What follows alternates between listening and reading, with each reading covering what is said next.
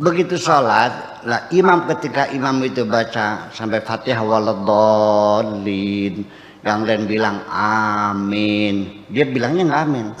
Istrimu lagi berpelukan sama lelaki lain, Loh, dia pingsan dia. kok bisa?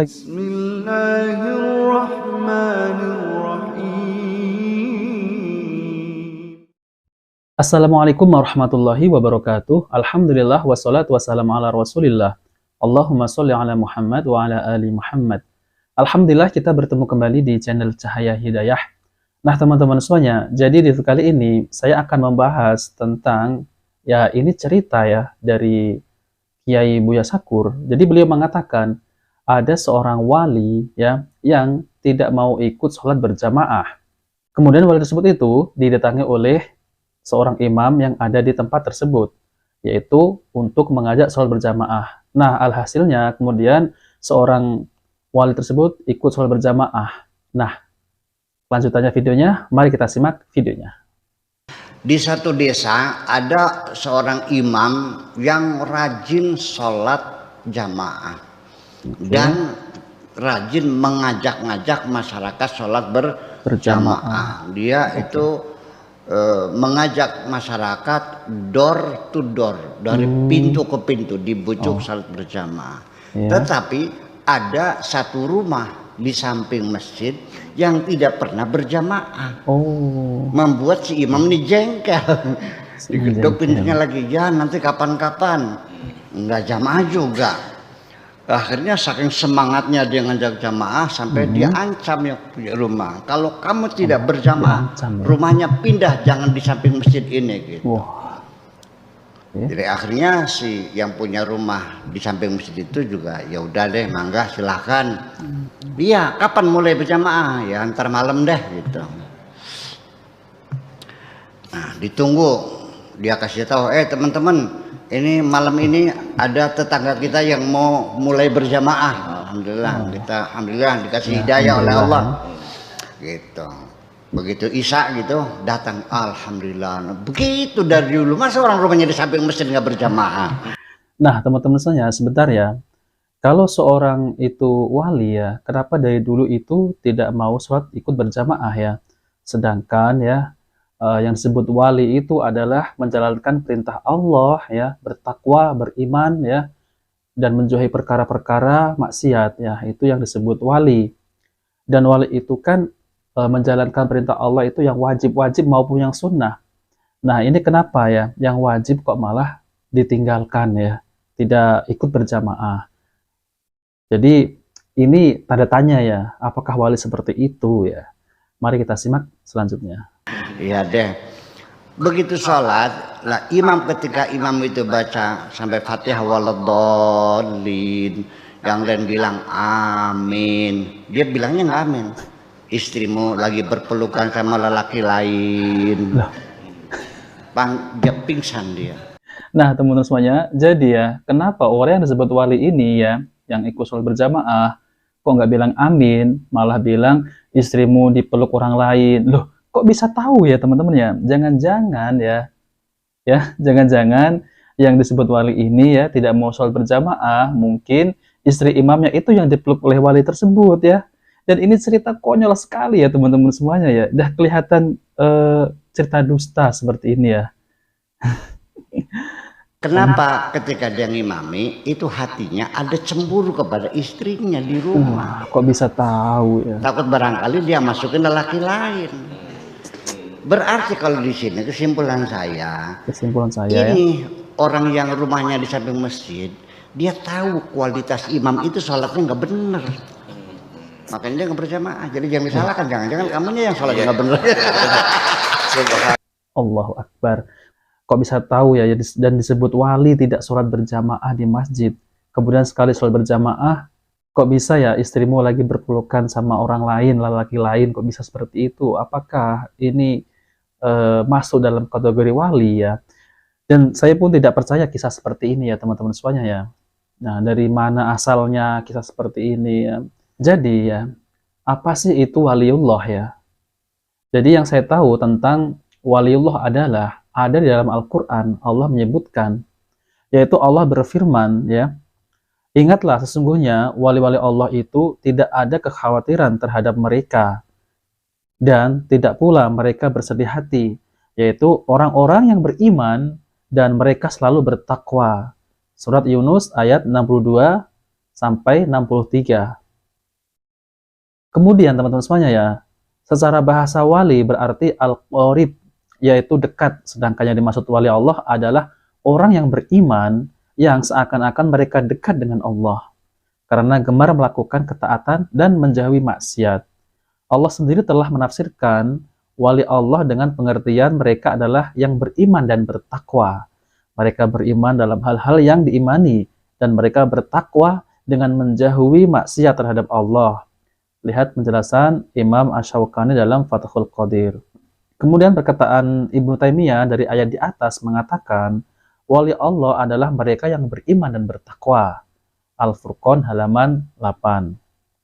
Kemudian Syekh Abdul Rahman bin Nasir As-Sa'di berkata, setiap yang beriman dan bertakwa, dialah yang menjadi wali Allah.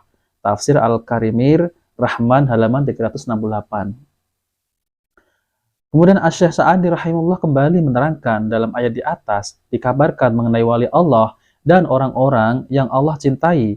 Disebutkan di situ mengenai amalan dan sifat-sifat mereka. Juga balasan bagi mereka disebutkan bahwa wali Allah tidak memiliki rasa takut terhadap sesuatu di hadapan mereka kelak dan juga mereka tidak bersedih hati terhadap sesuatu yang telah terlewati karena yang mereka tinggalkan hanyalah amalan soleh. Nah, teman-teman semuanya, jadi saya akan tampilkan ya, yaitu tentang penjelasan dari Ustadz Zainal Abidin Samsuddin LC Hafidhullah, yaitu tentang siapa sih yang disebut waliullah. Nah, teman-teman semuanya, mari kita simak videonya. Istilah di antara para ulama, ya Imam Abu Ishaq Az-Zujaj di dalam kitabnya Ma'anil Quran menyebutkan wali adalah orang yang setia menegakkan hak-hak Allah dan hak-hak hambanya. Jadi, persis yang dikatakan oleh Allah Subhanahu wa taala, alladzina amanu wa kanu yattaqun. Sama juga Syekhul Islam Ibnu Taimiyah ketika menjelaskan tentang wali, yaitu dikatakan wali itu wali karena kedekatannya dengan ketaatan, yaitu selalu mengikutinya. Dan Imam Ibnu Hajar juga menjabarkan bahwa wali Allah adalah orang yang mengerti tentang Allah, terus menerus berbuat ketaatan dan ikhlas dalam beribadah. Wali, walaupun seumur hidup tidak pernah punya karomah. Nah, hadirin sekalian, sebaliknya dari pemahaman orang-orang tasawuf itu, kalau tidak ada karomahnya maka walinya diragukan.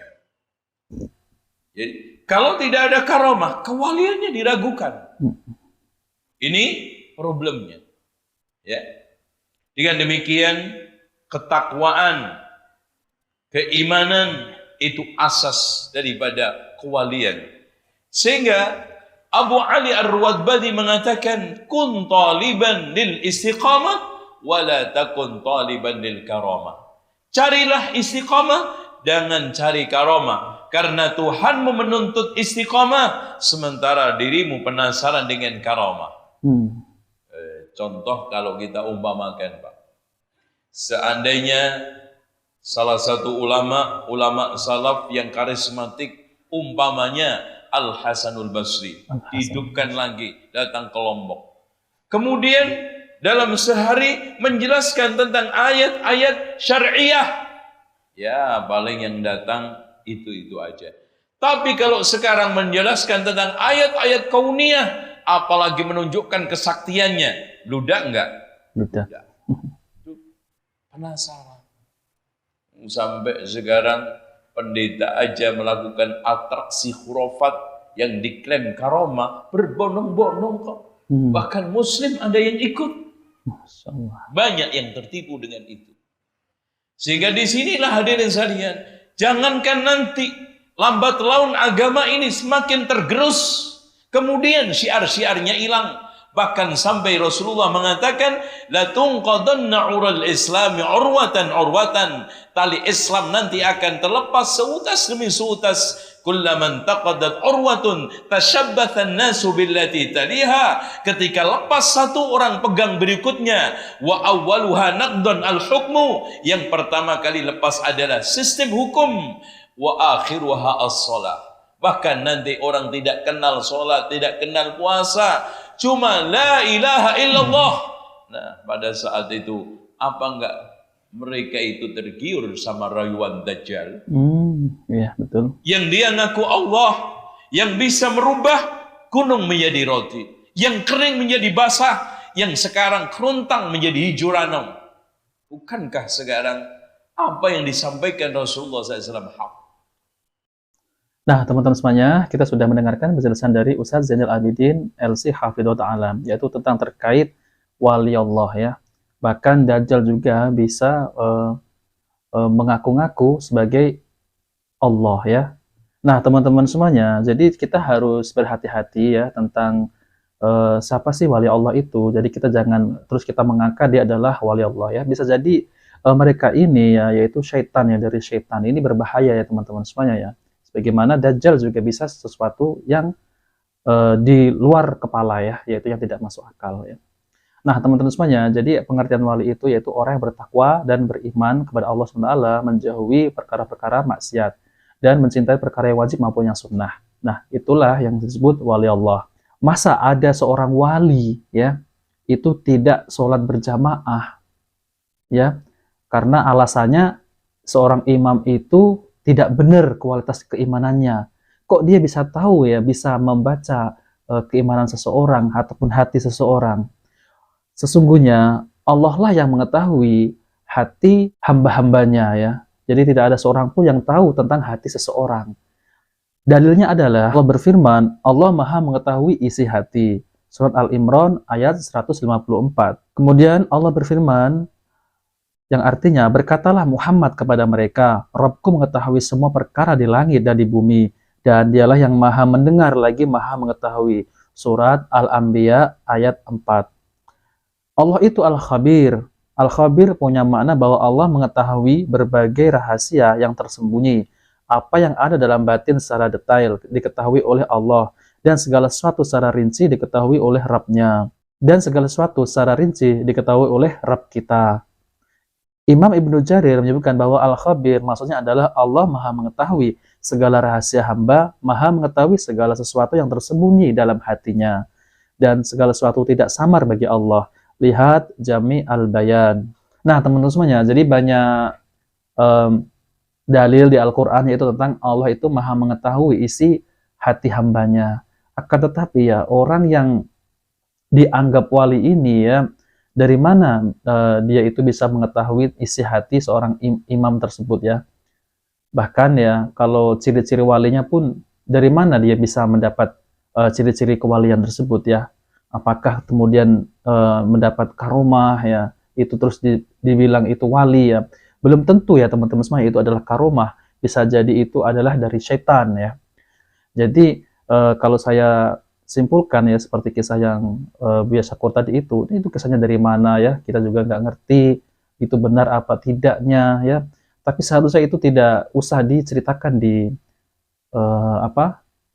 di depan publik ya, karena nanti orang akan mengira ya, akan menjadikan sholat berjamaah itu nggak penting jadinya ya. Nanti kalau kita suudzon dengan imam tersebut, jadinya imamnya seperti ini, nggak usah sholat berjamaah. Nah, ini yang jadi berbahaya ya. Kita ya, yaitu kalau ingin menjadi waliullah, yaitu laksanakan perintah Allah dan menjauhi perkara-perkara maksiat. Dan laksanakan perkara-perkara yang diwajibkan oleh Allah SWT maupun sunnah. Nah, teman-teman semuanya, jika video ini bermanfaat, jangan lupa like dan subscribe di channel Cahaya Hidayah. Wabillahi taufiq wal hidayah. Wassalamualaikum warahmatullahi wabarakatuh.